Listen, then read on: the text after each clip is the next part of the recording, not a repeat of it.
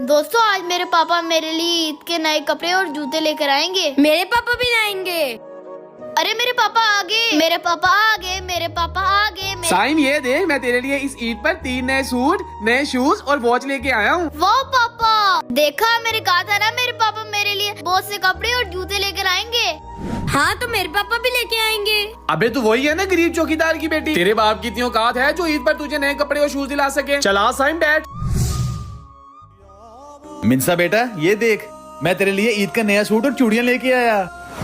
क्या पापा एक ही सूट, वो भी इतना सादा सा? उन्हें अंकल ने सही कहा था, आपकी इतनी औकात नहीं अच्छे कपड़े दिलाने की। बहन अल्लाह का शुक्र अदा करो कि तुम्हारे पापा हैं जो तुम्हें ईद पर नए कपड़े और चूड़ियां ला के देते हैं। मेरे तो पापा ही नहीं है। बेटा तू रो मत, तू चल मेरे साथ, मैं तुझे भी ईद का सूट और चूड़ियां दिलवाता हूँ। नहीं अंकल, मेरी माँ ने अपने हाथों से मेरे लिए ईद का सूट सिया, मैं वही पहनूंगी। बाप का अमीर या गरीब होना नहीं, बाप का होना